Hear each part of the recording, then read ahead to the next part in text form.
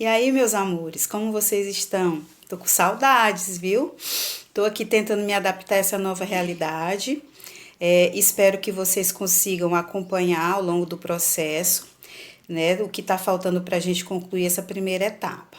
Vou dar continuidade às nossas aulas, falando um pouquinho, reforçando o que eu já havia falado sobre verbo, advérbio, e vou falar um pouquinho sobre os pronomes, tá? Dentro dessa sequência aí. Tá? E gostaria que vocês prestassem bastante atenção nos slides, nos meus comentários, anotassem as dúvidas, né, para que a gente possa posteriormente conversar e eu possa saná-las, tá ok? Orientarei vocês também em relação a uma atividade.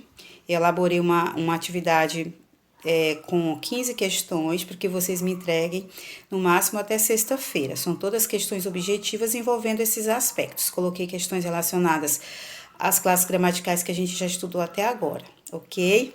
Um abraço e até mais. Olá, vamos iniciar nossa aula sobre as classes gramaticais, mais especificamente verbo, advérbio e os pronomes deíticos, ok?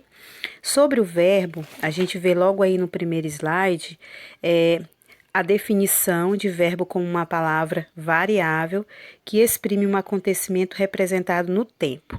Dentre as características principais do verbo é essa que é mais relevante para o momento, é você saber que toda a ação verbal, ela faz referência a um tempo, tá ok? Que é uma das flexões que o verbo sofre.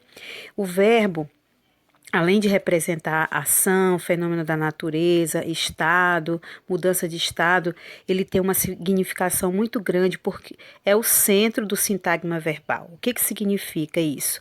O verbo por si só, ele tem uma importância imensa, assim como o substantivo, que é o núcleo do sintagma nominal, o verbo representa o centro desse sintagma, ou seja, norteia todas as ações praticadas, é sem sombra de dúvidas uma classe gramatical importantíssima e muito utilizada nas redações, nos textos que vocês produzem. Por isso a importância da gente fazer esse estudo. Inicialmente a gente vai dar só algumas dicas e relembrar alguns conceitos, porque mais adiante a gente vai ter um estudo mais detalhado da predicação verbal, né, de outras coisas mais relevantes, mas para esse momento os slides aqui já são suficientes. Próximo slide, eu já trago aqui para vocês algumas flexões que o verbo sofre. O que é flexão? Flexão é variação. O verbo, sem sombra de dúvidas, é uma das classes que mais sofre flexões. Nesse caso aqui eu já coloquei duas muito importantes, que é a flexão de número e a flexão de pessoa. Sendo que a flexão de pessoa ela é exercida em associação com a classe dos pronomes, né, principalmente no que diz respeito aos pronomes pessoais do caso reto, que representam as pessoas do discurso. Então aqui a gente tem a primeira e a segunda e a terceira pessoa do singular, primeira, segunda e terceira pessoa do plural, sendo que a primeira pessoa representa, né, a pessoa que fala, a segunda pessoa, o alvo da nossa fala, da nossa ação, que é com quem a gente fala, e a terceira pessoa de quem a gente fala. Então é importante a gente perceber isso é um processo natural, né? Vocês já aprendem verbo dessa forma, fazendo essas associações, ok? Próximo slide, nós vamos tratar das flexões de modo. O modo indica a atitude da pessoa que fala em relação ao fato que ela quer enunciar. Então, ela vai expressar uma ideia certa, concreta, uma ideia de possibilidade, de probabilidade, ou vai expressar uma noção de ordem, pedido, conselho. Então, o modo indicativo representa justamente essa ideia da ação concreta, né, positiva, algo que realmente aconteceu, realmente está acontecendo e realmente acontecerá. Essa certeza é a característica do modo indicativo.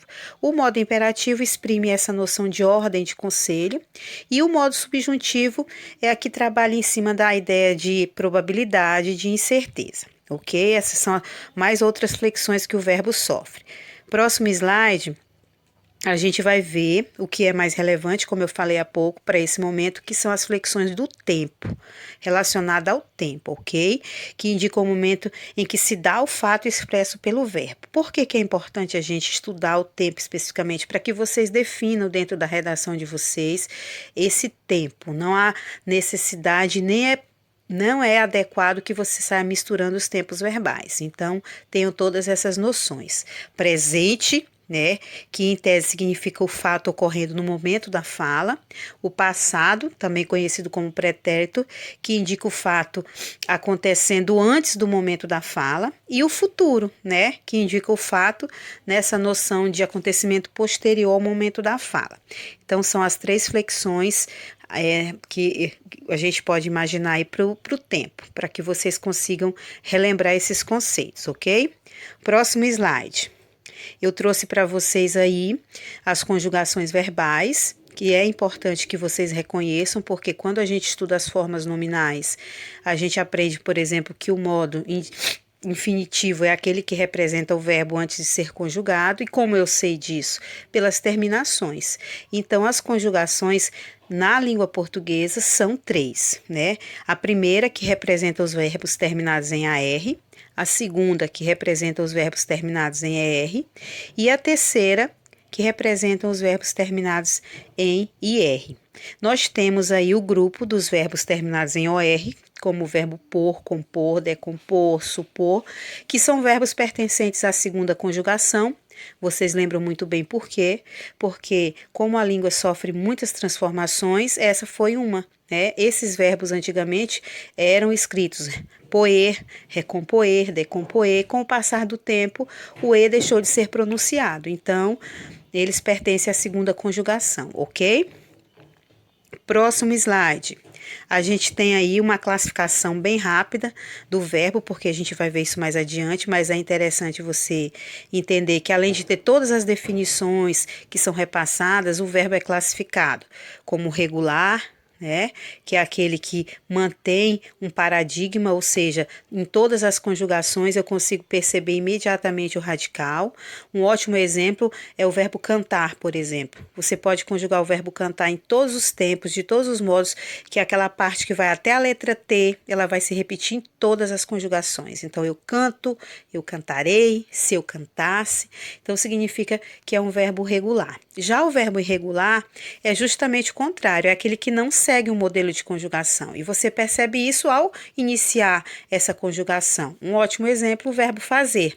O verbo fazer, quando você, na primeira pessoa do presente do indicativo, você já percebe mudança nesse radical. Então, o Z desaparece, já aparece um C cedilha, eu faço, tu fazes, ele faz. Por exemplo, lá no futuro, eu farei. Então, não segue um modelo de conjugação. Né? Os verbos defectivos são aqueles que não são conjugados em todas as pessoas. Alguns verbos não apresentam primeira pessoa, né? Por exemplo, o verbo colorir. Eu não digo eu coloro, né? Então, não existe a primeira pessoa para esse verbo, para outros verbos. Então, toda vez que você, né, tem diante de si um verbo que não é conjugado em todas as pessoas, é um verbo defectivo. Os verbos abundantes são aqueles que possuem 2 ou mais formas equivalentes em relação ao particípio. O que é o particípio? É uma das formas nominais do verbo. Então, por exemplo, eu tenho lá, eu digo trazer, verbo. Qual o particípio do verbo trazer? Trazido ou trago? Não, trago não, apenas trazido. Trago posso confundir com o verbo tragar. Então, no caso do verbo trazer, ele não é um verbo abundante, ele apresenta apenas uma forma, ok? Por exemplo, o verbo imprimir. Pode ser imprimido ou impresso. Então, se eu tenho para o mesmo verbo 2 possibilidades de particípio, é o exemplo de verbo abundante, ok? Próximo slide. A gente tem a continuação dessa classificação, com a definição de verbos auxiliares e verbos principais. São verbos, por exemplo, que fazem parte de locuções verbais, de tempos compostos. O que seria um verbo auxiliar? É o verbo que acompanha o verbo principal. O verbo principal é aquele que contém a noção básica. Então, quando eu digo assim, vou fazer um bolo, né? Entre o verbo ir, representado pela forma vou, e o fazer, o verbo fazer representa a noção principal. Então, ele é o verbo principal e o verbo ir, que o acompanha, é o verbo auxiliar, ok? Próximo slide, a gente já começa o estudo do advérbio. Vocês viram aí que é bem resumido mesmo, é só para a gente ter essa noção bem básica. O advérbio é uma classe gramatical importantíssima, representa uma palavra invariável que modifica, né, que intensifica o sentido principalmente do verbo, pode ser também de um adjetivo ou de um outro advérbio. Ele não se relaciona basicamente ao verbo, ele tem essa importância porque ele pode modificar o sentido também de um adjetivo e de um outro advérbio, como no caso dos advérbios de intensidade, que a gente vai ver logo a seguir.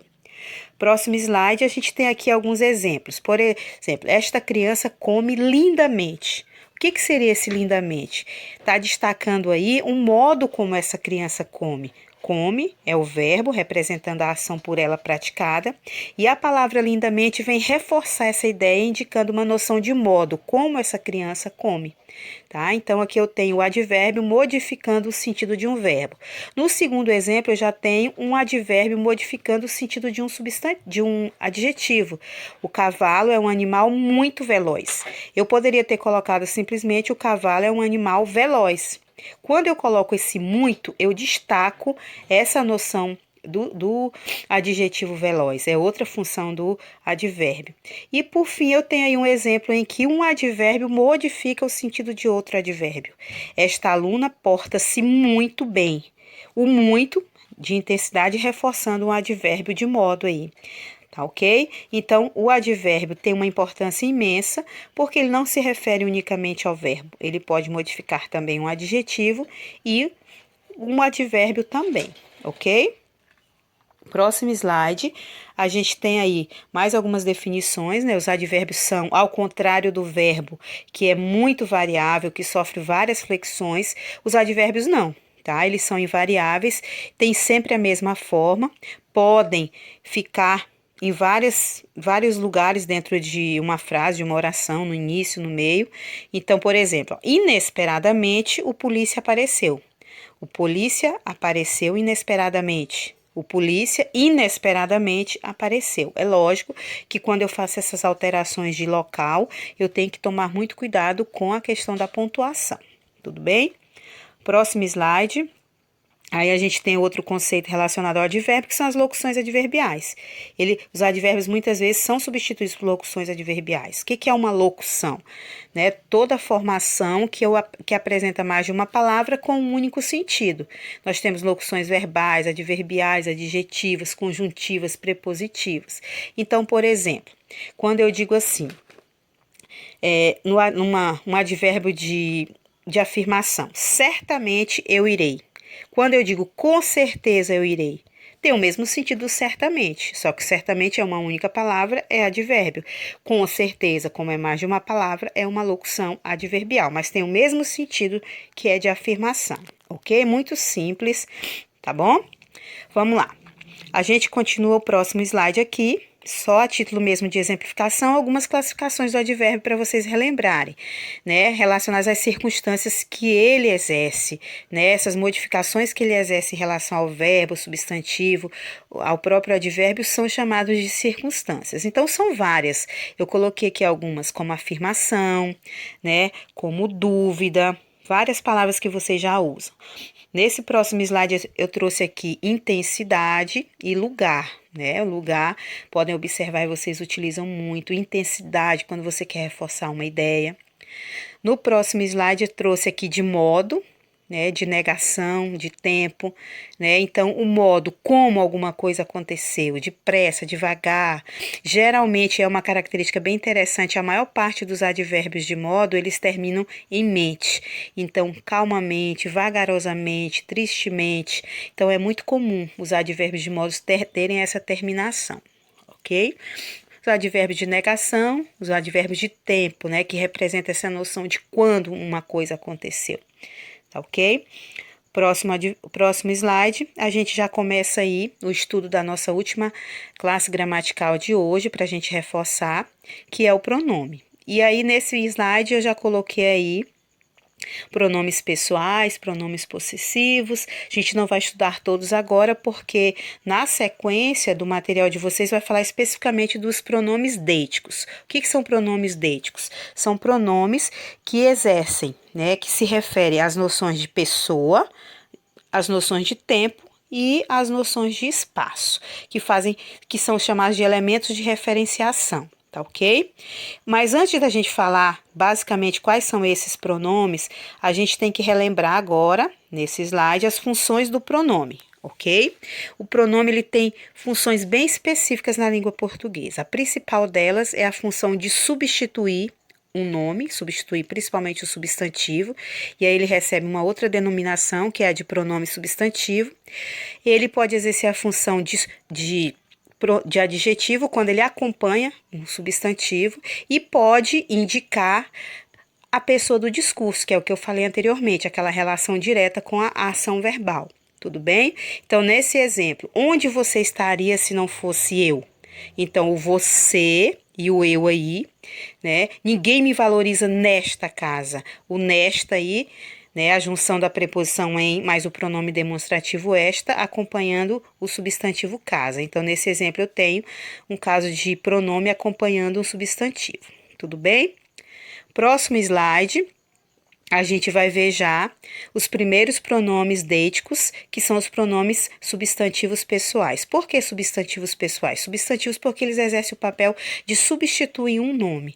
E os pronomes pessoais são os melhores representantes para isso. Os pronomes pessoais do caso reto, eles funcionam, eles exercem a função sintática de sujeito, não é isso? E os pronomes pessoais do caso oblíquo funcionam como complementos verbais, objeto direto, objeto indireto. Eles não podem exercer função de sujeito. Por isso que a gente tem que tomar muito cuidado. É nesse grupo que a gente estuda os pronomes pessoais do caso reto, do oblíquo, oblíquo tônico, oblíquo átono. A gente aprende as noções de que a gente não pode iniciar a frase com pronome oblíquo, pode iniciar com pronome reto, mas com pronome oblíquo jamais. Então, essas noções a gente aprende todas dentro desse contexto.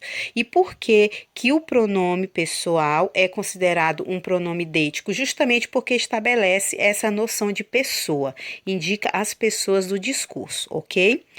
O próximo slide, a gente tem o segundo grupo, que representa as noções de tempo e espaço. E quem faz isso dentro da classe gramatical dos pronomes são os pronomes demonstrativos. São extremamente importantes de serem aprendidos de fato, porque você pode utilizar dentro da sua redação para fazer uma referência anafórica, né, para se referir a algo que você já falou anteriormente, ou uma referenciação catafórica, quando você antecipa uma ideia. Ok? Então, eu coloquei nesse quadro aqui, mais uma vez, as pessoas do discurso, primeira, segunda, e os pronomes que fazem parte desse grupo, tanto do gênero feminino quanto do gênero masculino, e um grupo específico que referem-se aos substantivos neutros. Tá ok? Então, eu tenho aqui uma posição espacial, ou seja, os pronomes demonstrativos. Quando que eu uso, por exemplo, este, esta ou isto? Né? A primeira noção é a noção de espaço. Então, eu uso este, esta ou isto para me referir a alguém que está próximo a mim, próximo de quem fala, da primeira pessoa. Eu vou usar esse, essa ou isso quando eu vou me referir a algo que está próximo de uma segunda pessoa, né, da pessoa com quem eu falo.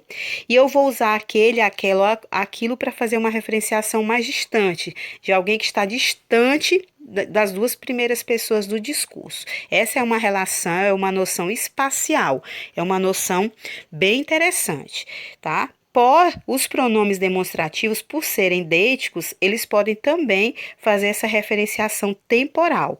Então, toda vez que eu quiser fazer referência a algo relacionado ao presente, eu uso também este ano. Está sendo difícil, para fazer referenciação a um passado recente, né? Tipo, o ano de 2019. Esse ano foi um ano difícil, para fazer referência a um passado bem recente. Agora, se eu for fazer referência a um tempo mais distante, mais remoto, aí eu uso aquele, aquela ou aquilo. Então, essas são as duas funções iniciais dos pronomes demonstrativos, para dar a noção de espaço e para dar a noção de tempo. E para finalizar, eu vou passar para vocês o próximo slide, onde eu trago uma das funções mais importantes, bem explicadinhas aqui, em relação aos marcadores espaciais e temporais. Os marcadores espaciais, já expliquei agora há pouco, né? Quando você utiliza para fazer referenciação a quem fala, próximo de quem fala e aquilo tudo. E os marcadores temporais, isso que é importante a gente observar. Então, falei também sobre a referenciação Em relação ao tempo, olha o exemplo aí. Eu vou usar este, esta ou isso para o tempo presente. Que tal este verão? Está gostando? Né? O verão deste ano. Esse ou essa ou isso para um tempo passado próximo. Que tal esse verão que passou, né? Passou há pouco tempo. E por fim, para indicar um tempo mais remoto, que tal aqueles verões em que éramos jovens, né? Então essas duas noções para reforçar o que eu falei há pouco. E para finalizar, próximo slide, eu tenho aqui o mais importante dentro dessa referenciação toda. Por que que os pronomes demonstrativos eles são deíticos? Porque eles têm essa função importantíssima de serem marcadores de coesão. Tá ok? Então, quando que eu vou usar este, esta ou isso? Isto? Quando eu for fazer uma referenciação anafórica, ou seja, for me referir a algo que já foi citado anteriormente. Então, nesse exemplo, são estas as condições. Eu lavo a louça e você desculpa, é para fazer uma referenciação catafórica, algo que eu ainda vou dizer, desculpa, este, esta ou isto, para fazer uma referenciação anafórica. Então, são estas as condições, eu não sei que condições, eu vou dizer ainda quais são elas, então eu uso estas. Para me referir a algo que eu já citei anteriormente, uma referenciação anafórica, eu vou usar isso, esse, essa. Então, esperança é a última que morre. É isso que me motiva a continuar. Eu já falei há pouco sobre isso, então estou usando esse pronome para dar essa ideia. E por fim, eu tenho aí os pronomes estes, estas, aquele, aquela para fazer essa outra referenciação. João e Ricardo são irmãos. Este é um bom aluno para me referir ao elemento mais próximo, aquele sempre fica de recuperação para me referir ao elemento mais distante. Então, tá aí a importância dos pronomes enquanto marcadores dessas noções de pessoa, de tempo, de espaço, ok? E a gente finaliza aqui esse primeiro momento das classes gramaticais, ok? Beijão!